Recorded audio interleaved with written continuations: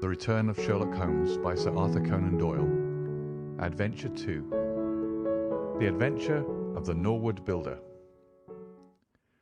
From the point of view of the criminal expert, said Mr. Sherlock Holmes, London has become a singularly uninteresting city since the death of the late lamented Professor Moriarty.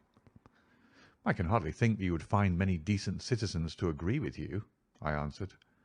Well, well, I must not be selfish, said he with a smile as he pushed back his chair from the breakfast table. The community is certainly the gainer, and no one the loser save the poor out-of-work specialist, whose occupation has gone.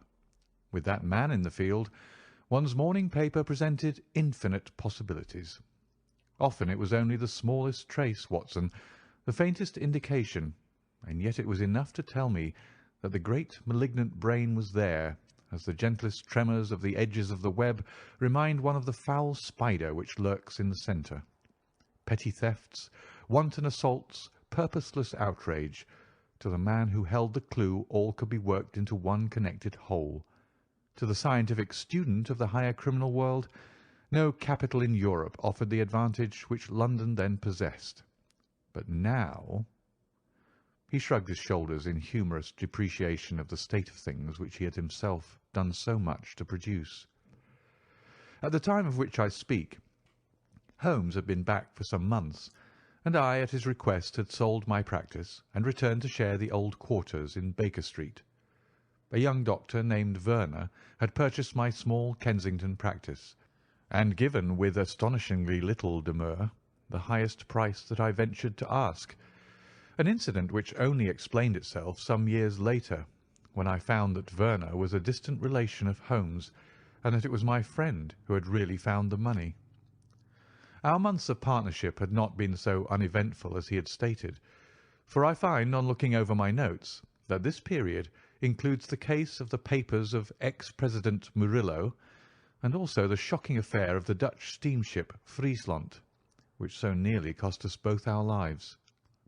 His cold and proud nature was always averse, however, from anything in the shape of public applause, and he bound me in the most stringent terms to say no further word of himself, his methods, or his successes, a prohibition which, as I have explained, has only now been removed. Mr. Sherlock Holmes was leaning back in his chair after his whimsical protest, and was unfolding his morning paper in a leisurely fashion, when our attention was arrested by a tremendous ring at the bell, followed immediately by a hollow drumming sound, as if someone were beating on the outer door with his fist. As it opened, there came a tumultuous rush into the hall, rapid feet clattered up the stair, and an instant later a wild-eyed and frantic young man, pale, dishevelled, and palpitating, burst into the room. He looked from one to the other of us, and under our gaze of inquiry he became conscious that some apology was needed for this unceremonious entry. "I'm sorry, Mr. Holmes," he cried. "You mustn't blame me. I'm nearly mad. Mr. Holmes, I am the unhappy John Hector Macfarlane."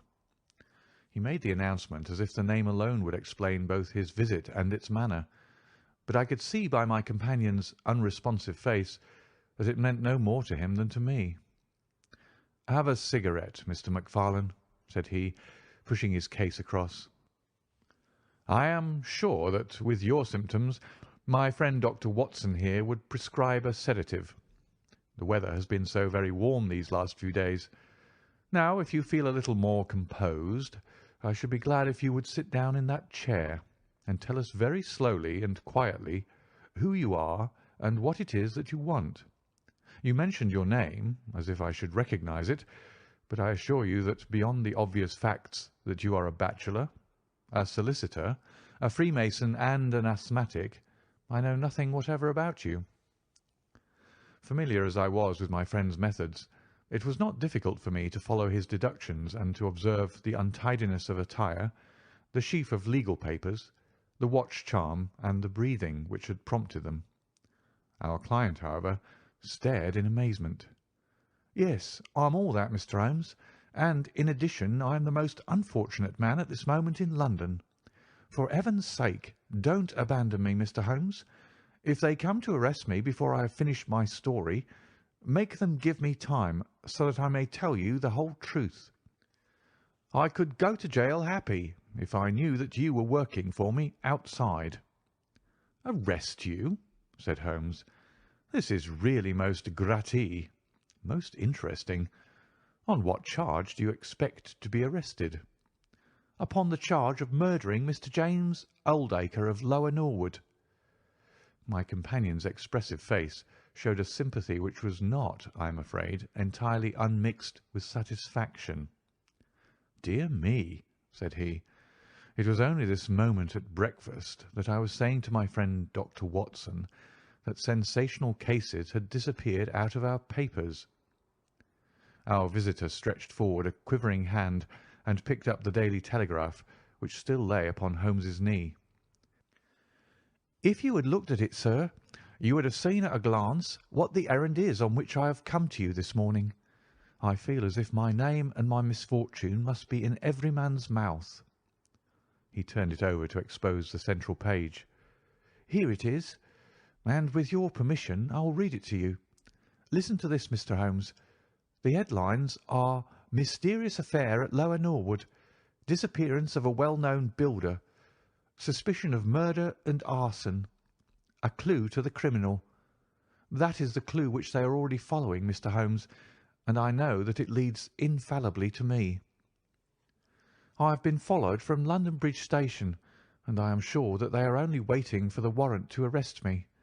It will break my mother's heart. It will break her heart." He wrung his hands in an agony of apprehension, and swayed backward and forward in his chair. I looked with interest upon this man, who was accused of being the perpetrator of a crime of violence. He was flaxen-haired and handsome, in a washed-out, negative fashion, with frightened blue eyes and a clean-shaven face, with a weak, sensitive mouth. His age may have been about 27, his dress and bearing that of a gentleman. From the pocket of his light summer overcoat protruded the bundle of endorsed papers which proclaimed his profession. "We must use what time we have," said Holmes. "Watson, would you have the kindness to take the paper and to read the paragraph in question?" Underneath the vigorous headlines which our client had quoted, I read the following suggestive narrative. "Late last night or early this morning an incident occurred at Lower Norwood, which points, it is feared, to a serious crime. Mr. Jonas Oldacre is a well-known resident of that suburb, where he has carried on his business as a builder for many years. Mr. Oldacre is a bachelor, 52 years of age, and lives in Deep Dean House at the Sydenham end of the road of that name. He has had the reputation of being a man of eccentric habits, secretive and retiring. For some years he has practically withdrawn from the business in which he is said to have amassed considerable wealth. A small timber yard still exists, however, at the back of the house, and last night, about 12 o'clock, an alarm was given that one of the stacks was on fire. The engines were soon upon the spot, but the dry wood burned with great fury, and it was impossible to arrest the conflagration until the stack had been entirely consumed. Up to this point the incident bore the appearance of an ordinary accident, but fresh indications seemed to point to serious crime. Surprise was expressed at the absence of the master of the establishment from the scene of the fire, and an inquiry followed which showed that he had disappeared from the house. An examination of his room revealed that the bed had not been slept in, that a safe which stood in it was open, that a number of important papers were scattered about the room, and finally that there were signs of a murderous struggle, slight traces of blood being found within the room, and an oaken walking-stick, which also showed stains of blood upon the handle. It is known that Mr. Jonas Oldacre had received a late visitor in his bedroom upon that night, and the stick found has been identified as the property of this person, who is a young London solicitor named John Hector Macfarlane, junior partner of Graham and Macfarlane, of 426 Gresham Buildings, E.C. The police believe that they have evidence in their possession which supplies a very convincing motive for the crime, and altogether it cannot be doubted that sensational developments will follow. Later. It is rumoured as we go to press that Mr. John Hector MacFarlane has actually been arrested on the charge of the murder of Mr. Jonas Oldacre. It is at least certain that a warrant has been issued. There have been further and sinister developments in the investigation at Norwood. Besides the signs of a struggle in the room of the unfortunate builder, it is now known that the French windows of his bedroom, which is on the ground floor, were found to be open, that there were marks as if some bulky object had been dragged across to the wood pile, and finally it is asserted that charred remains have been found among the charcoal ashes of the fire. The police theory is that a most sensational crime has been committed, that the victim was clubbed to death in his own bedroom, his papers rifled, and his dead body dragged across to the woodstack, which was then ignited so as to hide all traces of the crime. The conduct of the criminal investigation has been left in the experienced hands of Inspector Lestrade of Scotland Yard, who is following up the clues with his accustomed energy and sagacity. Sherlock Holmes listened with closed eyes and fingertips together to this remarkable account. "The case has certainly some points of interest," said he in his languid fashion. "May I ask, in the first place, Mr. MacFarlane, how it is that you are still at liberty, since there appears to be enough evidence to justify your arrest?"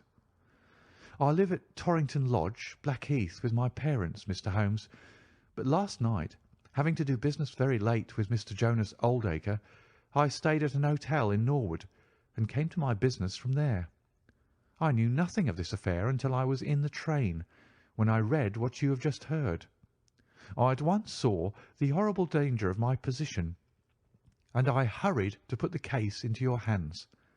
I have no doubt that I should have been arrested, either at my city office or at my home.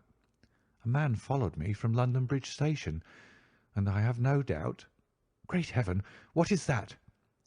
It was a clang of the bell, followed instantly by heavy steps upon the stair.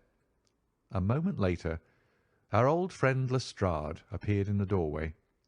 Over his shoulder I caught a glimpse of one or two uniformed policemen outside. "Mr. John Hector MacFarlane," said Lestrade. Our unfortunate client rose with a ghastly face. "I arrest you for the wilful murder of Mr. Jonas Oldacre of Lower Norwood." MacFarlane turned to us with a gesture of despair, and sank into his chair once more like one who is crushed.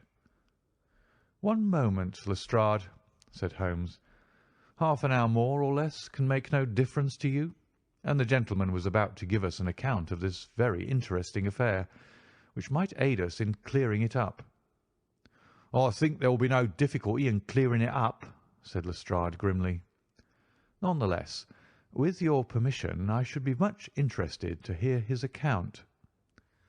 "Well, Mr. Holmes, it is difficult for me to refuse you anything, for you have been of use to the force once or twice in the past, and we owe you a good turn at Scotland Yard," said Lestrade.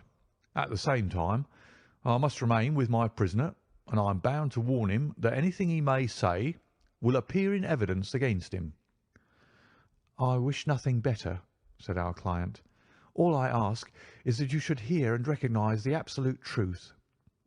Lestrade looked at his watch. "I'll give you half an hour," said he. "I must explain first," said MacFarlane, "that I knew nothing of Mr. Jonas Oldacre. His name was familiar to me, for many years ago my parents were acquainted with him, but they drifted apart. I was very much surprised, therefore, when yesterday, about 3 o'clock in the afternoon, he walked into my office in the City. But I was still more astonished when he told me the object of his visit. He had in his hand several sheets of a notebook covered with scribbled writing. Here they are, and he laid them on my table. "Here is my will," said he. "I want you, Mr. MacFarlane, to cast it into proper legal shape. I will sit here while you do so." I set myself to copy it, and you can imagine my astonishment when I found that, with some reservations, he had left all his property to me. He was a strange little ferret-like man with white eyelashes, and when I looked up at him I found his keen grey eyes fixed upon me with an amused expression. I could hardly believe my own as I read the terms of the will, but he explained that he was a bachelor with hardly any living relation, that he had known my parents in his youth, and that he had always heard of me as a very deserving young man, and was assured that his money would be in worthy hands. Of course, I could only stammer out my thanks. The will was duly finished, signed and witnessed by my clerk. This is it on the blue paper, and these slips, as I've explained, are the rough draft. Mr. Jonas Oldacre then informed me that there were a number of documents, building leases, title deeds, mortgages, scrip, and so forth, which it was necessary that I should see and understand. He said that his mind would not be easy until the whole thing was settled, and he begged me to come out to his house at Norwood that night, bringing the will with me, and to arrange matters. "Remember, my boy, not one word to your parents about the affair until everything is settled. We will keep it as a little surprise for them." He was very insistent upon this point, and made me promise it faithfully. You can imagine, Mr. Holmes, that I was not in a humour to refuse him anything that he might ask. He was my benefactor, and all my desire was to carry out his wishes in every particular. I sent a telegram home, therefore, to say that I had important business on hand, and that it was impossible for me to say how late I might be. Mr. Oldacre had told me that he would like me to have supper with him at 9, as he might not be home before that hour. I had some difficulty in finding his house, however, and it was nearly half-past before I reached it. I found him— "One moment," said Holmes. "Who opened the door?" "A middle-aged woman who was, I suppose, his housekeeper." "And it was she, I presume, who mentioned your name?" "Exactly," said MacFarlane. "Pray proceed." MacFarlane wiped his damp brow and then continued his narrative. "I was shown by this woman into a sitting-room where a frugal supper was laid out. Afterwards, Mr. Jonas Oldacre led me into his bedroom, in which there stood a heavy safe. This he opened and took out a mass of documents, which we went over together. It was between 11 and 12 when we finished. He remarked that we must not disturb the housekeeper. He showed me out through his own French window, which had been open all this time." "Was the blind down?" asked Holmes. "I will not be sure, but I believe that it was only half down. Yes, I remember how we pulled it up in order to swing open the window. I could not find my stick, and he said, 'Never mind, my boy, and I shall see a good deal of you now, I hope, and I'll keep your stick until you come back to claim it.' I left him there, the safe open and the papers made up in packets upon the table. It was so late that I could not get back to Blackheath, so I spent the night at the Annerley Arms, and I knew nothing more until I read of this horrible affair in the morning." "Anything more that you'd like to ask, Mr. Holmes?" said Lestrade, whose eyebrows had gone up once or twice during this remarkable explanation. "Not until I have been to Blackheath." "You mean to Norwood?" said Lestrade. "Oh, yes, no doubt that is what I must have meant," said Holmes with his enigmatical smile. Lestrade had learned by more experiences than he could care to acknowledge that that brain could cut through that which was impenetrable to him. I saw him look curiously at my companion. "I think I should like to have a word with you presently, Mr. Sherlock Holmes," said he. "Now, Mr. MacFarlane, 2 of my constables are at the door, and there's a 4-wheeler waiting." The wretched young man arose, and with a last beseeching glance at us, walked from the room.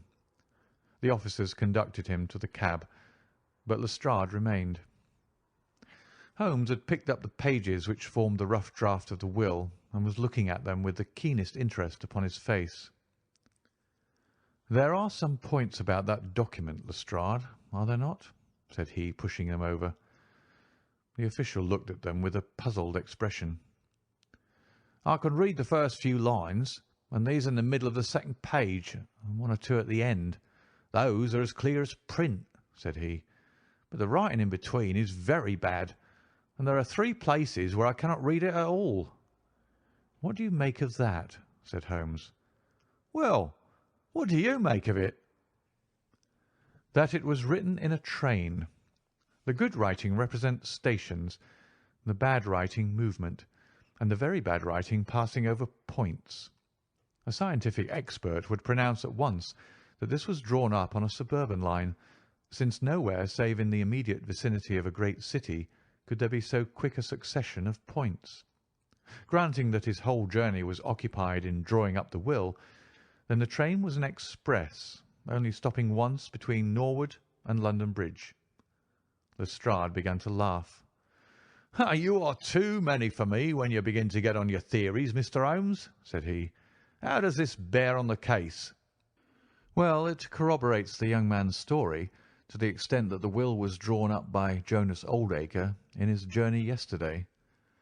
It is curious, is it not, that a man should draw up so important a document in so haphazard a fashion?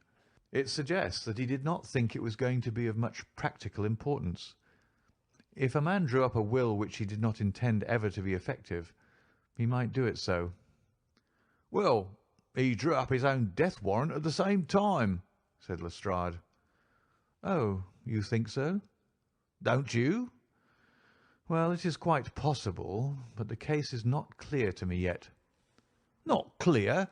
Well, if that isn't clear, what could be clear?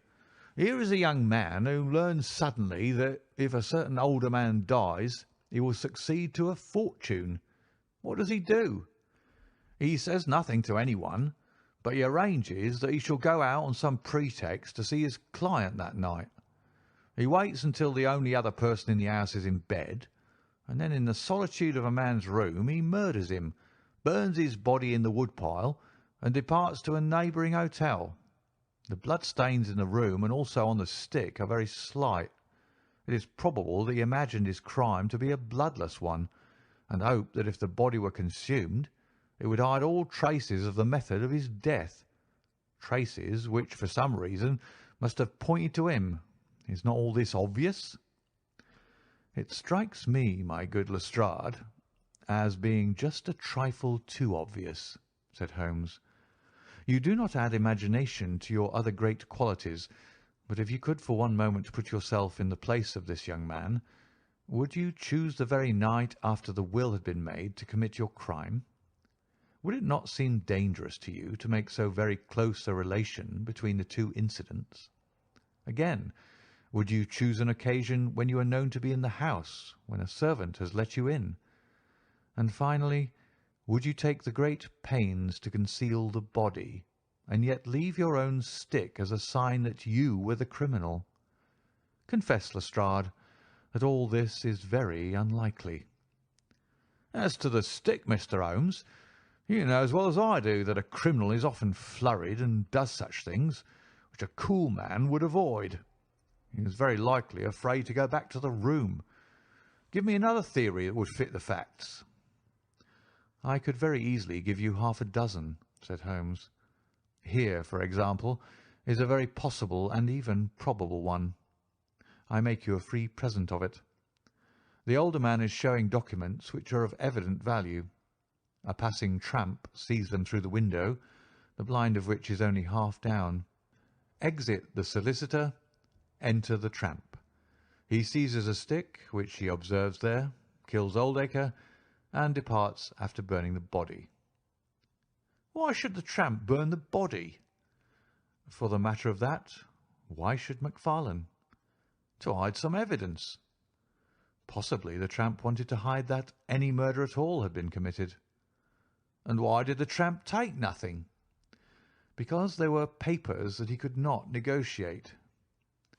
Lestrade shook his head, though it seemed to me that his manner was less absolutely assured than before. "Well, Mr. Sherlock Holmes, you may look for your tramp, and while you are finding him we will hold on to our man. The future will show which is right. Just notice this point, Mr. Holmes, that so far as we know, none of the papers were removed, and that the prisoner is the one man in the world who had no reason for removing them, since he was heir at law, and would come into them in any case." My friend seemed struck by this remark. "I don't mean to deny that the evidence is in some ways very strongly in favour of your theory," said he. "I only wish to point out that there are other theories possible. As you say, the future will decide. Good morning. I dare say that in the course of the day I shall drop in at Norwood and see how you're getting on." When the detective departed, my friend rose and made his preparations for the day's work with the alert air of a man who has a congenial task before him. "My first movement, Watson," said he as he bustled into his frock-coat, "must, as I said, be in the direction of Blackheath." "And why not Norwood?"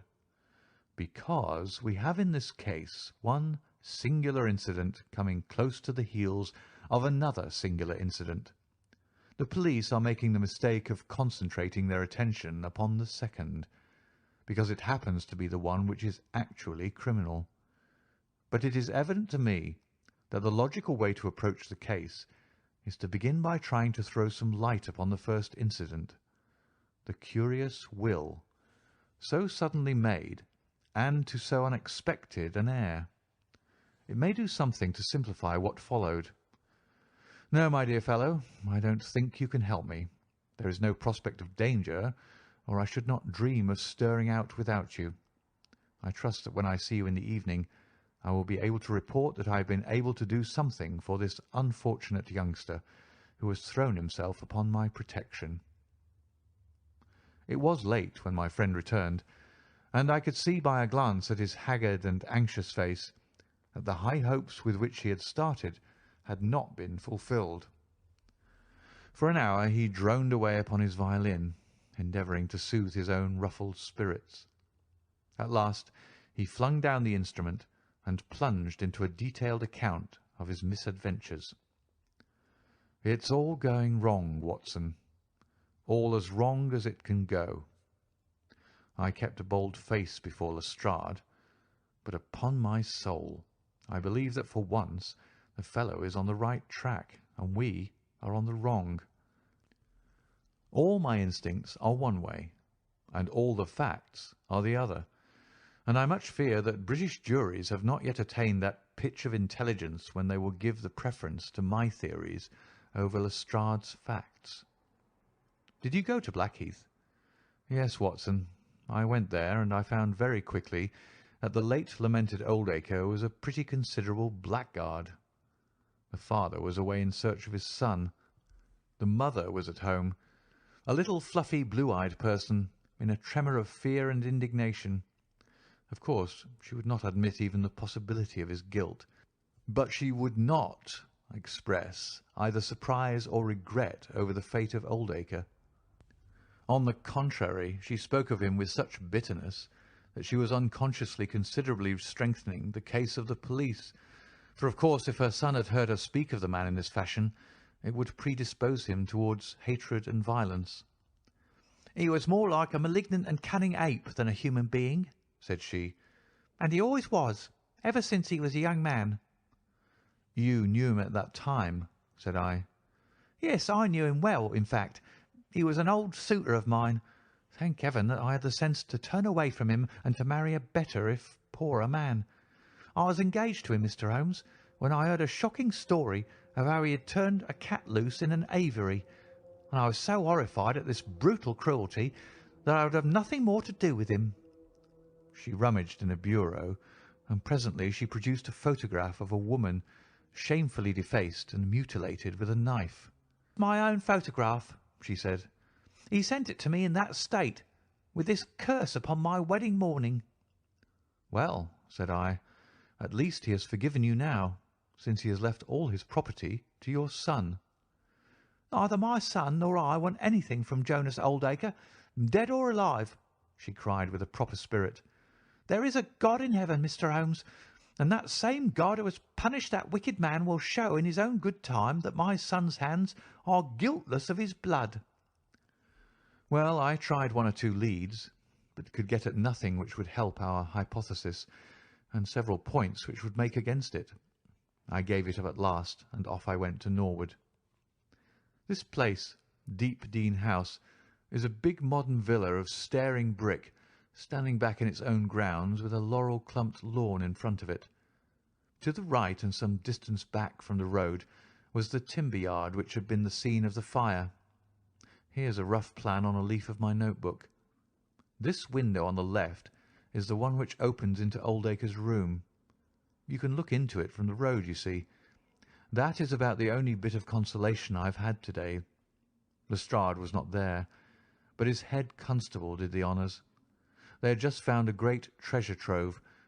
They had spent the morning raking among the ashes of the burned wood-pile, and besides the charred organic remains they had secured several discoloured metal discs.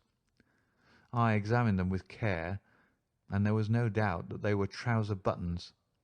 I even distinguished that one of them was marked with the name of Hyams, who was Oldacre's tailor. I then worked the lawn very carefully for signs and traces, but this drought has made everything as hard as iron. Nothing was to be seen, save that some body or bundle had been dragged through a low privet hedge, which is in a line with the wood-pile. All that, of course, fits in with the official theory. I crawled about the lawn with an August sun on my back, but I got up at the end of an hour, no wiser than before. Well, after this fiasco, I went into the bedroom and examined that also. The blood stains were very slight, mere smears and discolorations, but undoubtedly fresh. The stick had been removed, but there also the remarks were slight. There is no doubt about the stick belonging to our client. He admits it. Footmarks of both men could be made out on the carpet, but none of any third person, which again is a trick for the other side. They were piling up their score all the time, and we were at a standstill. Only one little gleam of hope did I get, and yet it amounted to nothing. I examined the contents of the safe, most of which had been taken out and left on the table. The papers had been made up into sealed envelopes, one or two of which had been opened by the police. They were not, so far as I could judge, of any great value, nor did the bank book show that Mr. Oldacre was in such very affluent circumstances. But it seemed to me that all the papers were not there.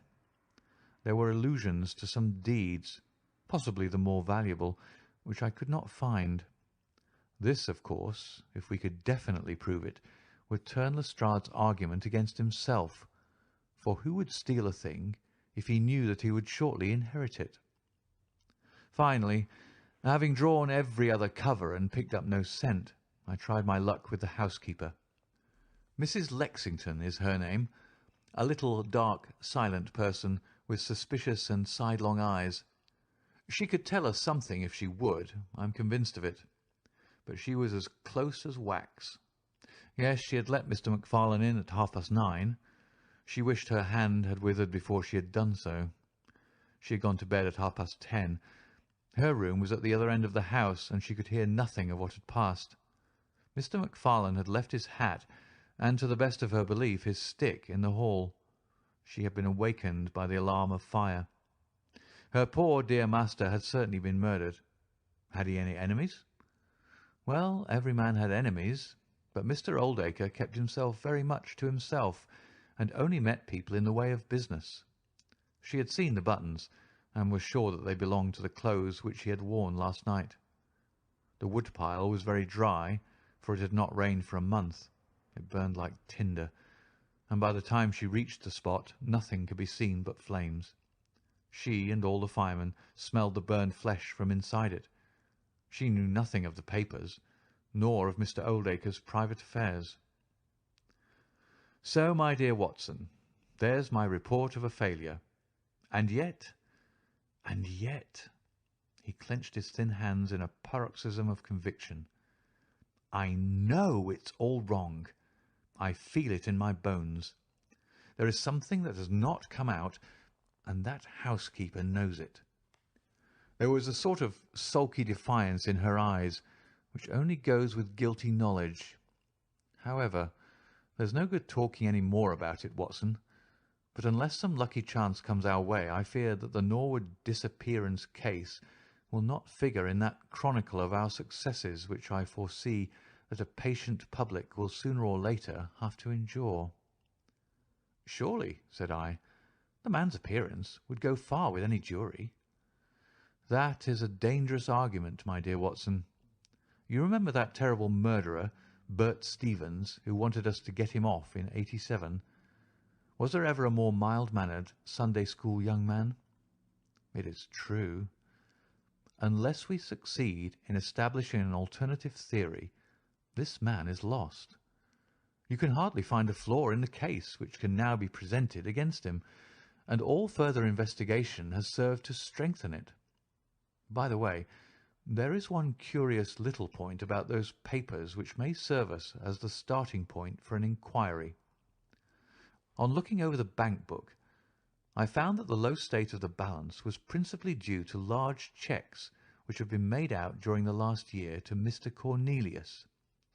I confess that I should be interested to know who this Mr. Cornelius may be with whom a retired builder has such very large transactions. Is it possible that he has had a hand in the affair? Cornelius might be a broker, but we have found no scrip to correspond with these large payments. Failing any other indication, my researches must now take the direction of an inquiry at the bank for the gentleman who has cashed these cheques. But I fear, my dear fellow, that our case will end ingloriously by Lestrade hanging our client, which will certainly be a triumph for Scotland Yard. I do not know how far Sherlock Holmes took any sleep that night, but when I came down to breakfast I found him pale and harassed, his bright eyes the brighter for the dark shadows round them. The carpet round his chair was littered with cigarette ends and with the early editions of the morning papers. An open telegram lay upon the table. "What do you think of this, Watson?" he asked, tossing it across. It was from Norwood, and ran as follows: "Important fresh evidence to hand. Macfarlane's guilt definitely established. Advise you to abandon case. Lestrade." "This sounds serious," said I. "It is Lestrade's little cock-a-doodle of victory," Holmes answered, with a bitter smile. "And yet it may be premature to abandon the case. After all, important fresh evidence is a two-edged thing, and may possibly cut in a very different direction to that which Lestrade imagines. Take your breakfast, Watson, and we will go out together and see what we can do. I feel as if I shall need your company and your moral support to-day." My friend had no breakfast himself, for it was one of his peculiarities that in his more intense moments he would permit himself no food, and I have known him presume upon his iron strength until he has fainted from pure inanition. "At present I cannot spare energy and nerve force for digestion," he would say in answer to my medical remonstrances. I was not surprised, therefore, when this morning he left his untouched meal behind him and started with me for Norwood.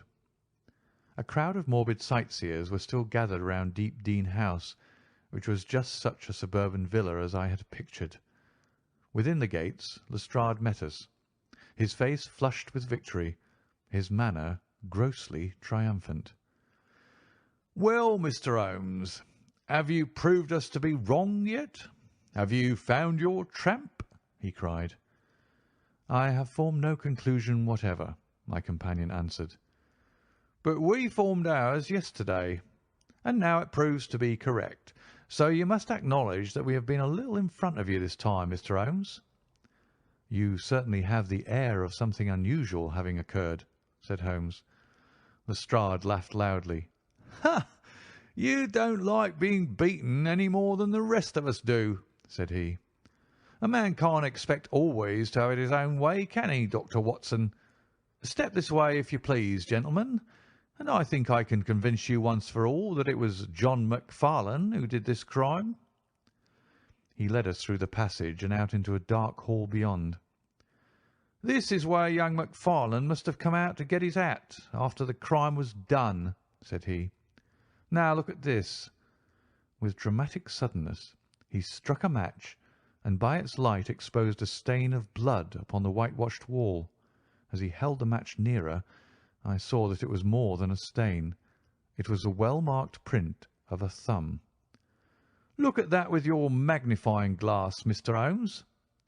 "Yes, I am doing so." You are aware that no two thumb marks are alike? I have heard something of the kind. Well, then, will you please compare that print with this wax impression of young Macfarlane's right thumb, taken by my orders this morning? As he held the waxen print close to the bloodstain, it did not take a magnifying glass to see that the two were undoubtedly from the same thumb. It was evident to me that our unfortunate client was lost. "That is final," said Lestrade. "Yes, that is final," I involuntarily echoed. "It is final," said Holmes. Something in his tone caught my ear, and I turned to look at him. An extraordinary change had come over his face. It was writhing with inward merriment. His two eyes were shining like stars. It seemed to me that he was making desperate efforts to restrain a convulsive attack of laughter. "Dear me, dear me," he said at last. "Well, now, who would have thought it? And how deceptive appearances may be, to be sure. Such a nice young man to look at. It is a lesson to us not to trust our own judgment, is it not, Lestrade?" "Yes, some of us are a little too much inclined to be cockasure, Mr. Holmes," said Lestrade. The man's insolence was maddening, but we could not resent it. What a providential thing that this young man should press his right thumb against the wall in taking his hat from the peg. Such a very natural action, too, if you come to think of it. Holmes was outwardly calm, but his whole body gave a wriggle of suppressed excitement as he spoke. "By the way, Lestrade, who made this remarkable discovery?" "It was the housekeeper, Mrs. Lexington, who drew the night constable's attention to it." "Where was the night constable?" "He remained on guard in the bedroom where the crime was committed, so as to see that nothing was touched." "But why didn't the police see this mark yesterday?" "Well, we had no particular reason to make a careful examination of the hall. Besides, it's not in a very prominent place, as you see." No, of course not. I suppose there is no doubt that the mark was there yesterday." Lestrade looked at Holmes as if he thought he was going out of his mind. I confess that I was myself surprised, both at his hilarious manner and at his rather wild observation. "I don't know whether you think that Macfarlane came out of jail in the dead of the night in order to strengthen the evidence against himself," said Lestrade. "I leave it to any expert in the world whether that is not the mark of his thumb." "It is unquestionably the mark of his thumb." "There, that's enough," said Lestrade. "I am a practical man, Mr. Holmes, and when I have got my evidence I come to my conclusions. If you have anything to say, you'll find me writing my report in my sitting-room." Holmes had recovered his equanimity, though I still seemed to detect gleams of amusement in his expression.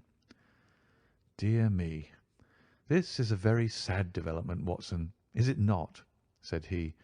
"And yet there are singular points about it which hold out some hopes for our client." "I am delighted to hear it," said I heartily. "I was afraid it was all up with him." "I would hardly go so far as to say that, my dear Watson. The fact is that there is one really serious flaw in this evidence to which our friend attaches so much importance." "Indeed, Holmes, what is it?" "Only this, that I know that that mark was not there when I examined the hall yesterday. And now, Watson, let us have a little stroll round in the sunshine." With a confused brain, but with a heart into which some warmth of hope was returning, I accompanied my friend in a walk round the garden. Holmes took each face of the house in turn and examined it with great interest. He then led the way inside and went over the whole building from basement to attic. Most of the rooms were unfurnished, but none the less Holmes inspected them all minutely. Finally, on the top corridor which ran outside 3 untenanted bedrooms, he again was seized with a spasm of merriment. "There are really some very unique features about this case, Watson," said he. "I think it is time now that we took our friend Lestrade into our confidence. He has had his little smile at our expense, and perhaps we may do as much by him if my reading of this problem proves to be correct. Yes, yes, I think I see how we should approach it." The Scotland Yard inspector was still writing in the parlour when Holmes interrupted him. "I understand that you were writing a report of this case," said he. "So I am." "Don't you think it might be a little premature? I can't help thinking that your evidence is not complete." Lestrade knew my friend too well to disregard his words. He laid down his pen and looked curiously at him. "What do you mean, Mr. Holmes?" "Only that there is an important witness whom you have not seen." "Can you produce him?" "I think I can." "Then do so." "I will do my best. How many constables have you?" "There are 3 within call." "Excellent," said Holmes. "May I ask if they are all large, able-bodied men with powerful voices?" "I have no doubt they are, though I fail to see what their voices have to do with it." "Perhaps I can help you to see that, and 1 or 2 other things as well," said Holmes. "Kindly summon your men, and I will try." 5 minutes later 3 policemen had assembled in the hall. "In the outhouse you will find a considerable quantity of straw," said Holmes. "I will ask you to carry in 2 bundles of it. I think it will be of the greatest assistance in producing the witness whom I require." "Thank you very much.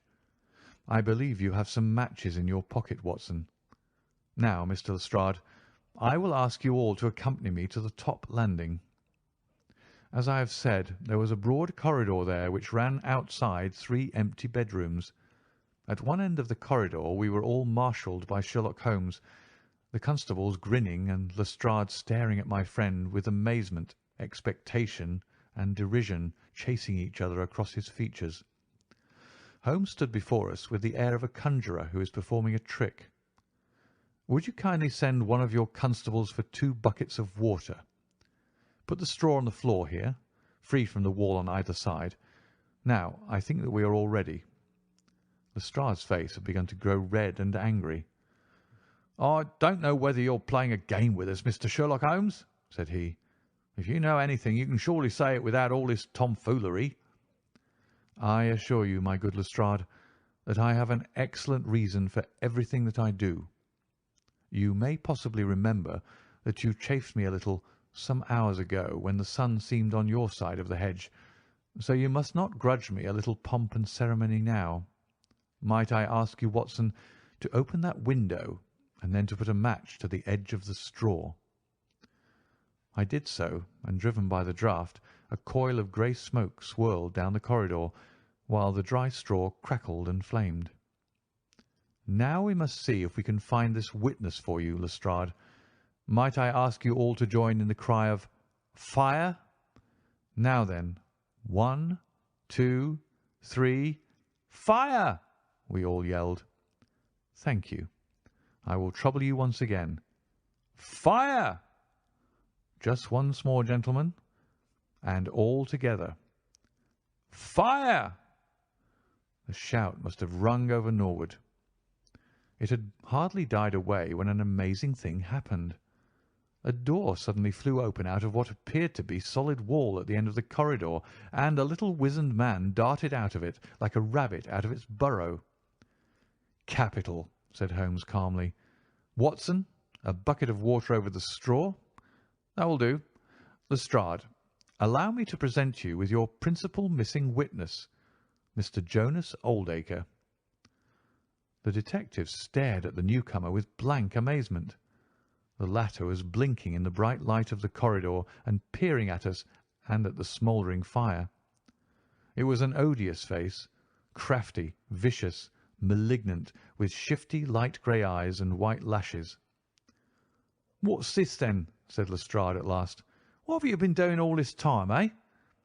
Oldacre gave an uneasy laugh, shrinking back from the furious red face of the angry detective. "I have done no harm." "No harm? You've done your best to get an innocent man hanged.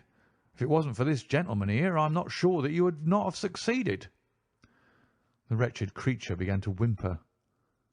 "I'm sure, sir, it was only my practical joke."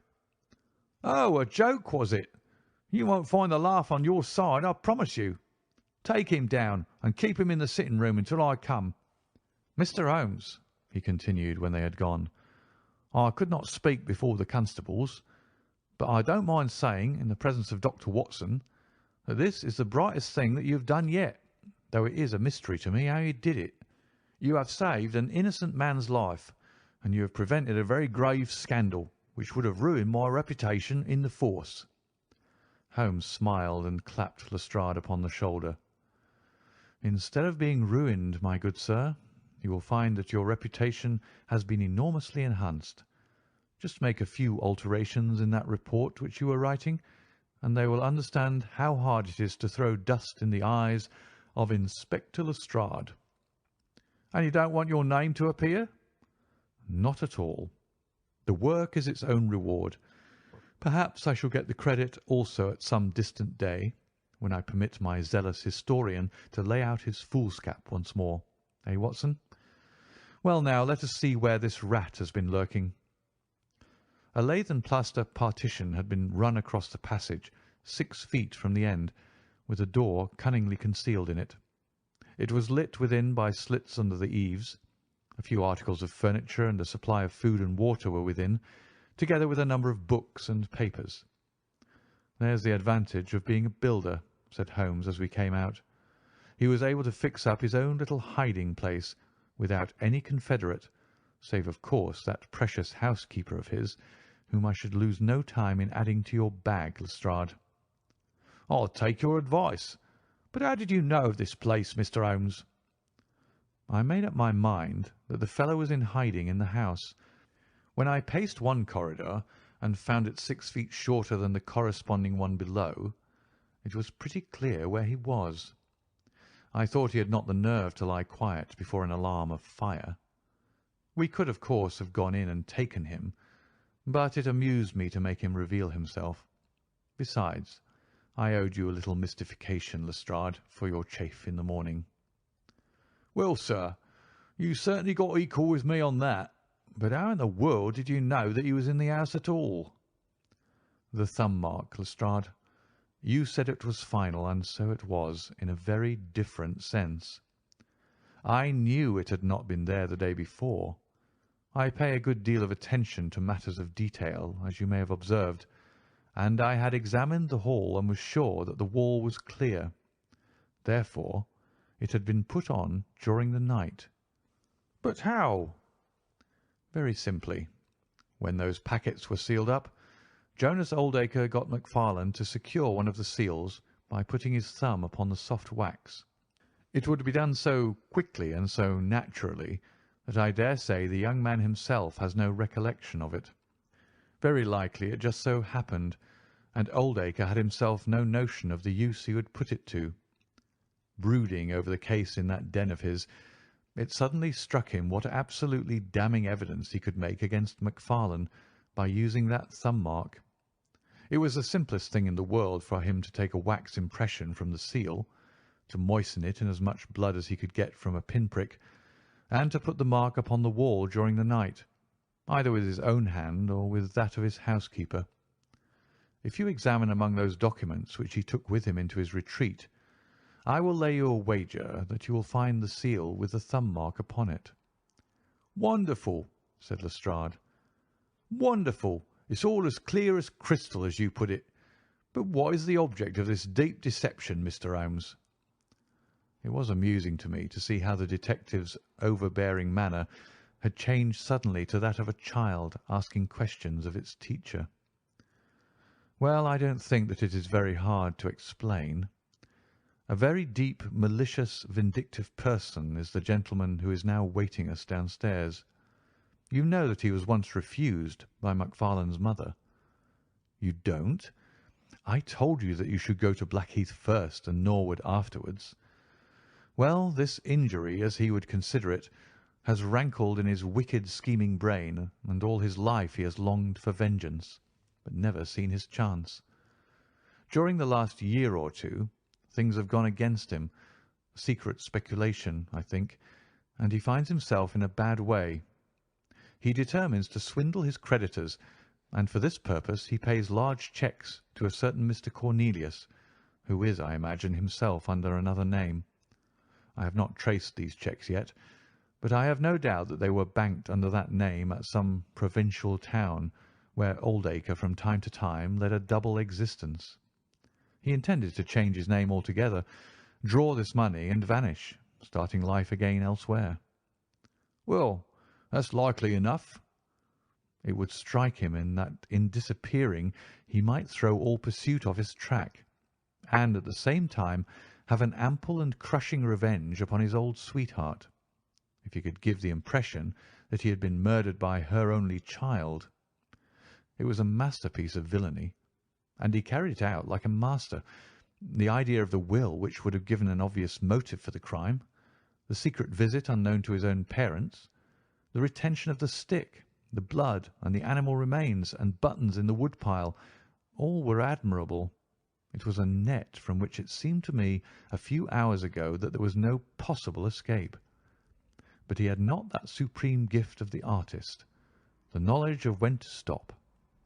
He wished to improve that which was already perfect, to draw the rope tighter yet round the neck of his unfortunate victim, and so he ruined all.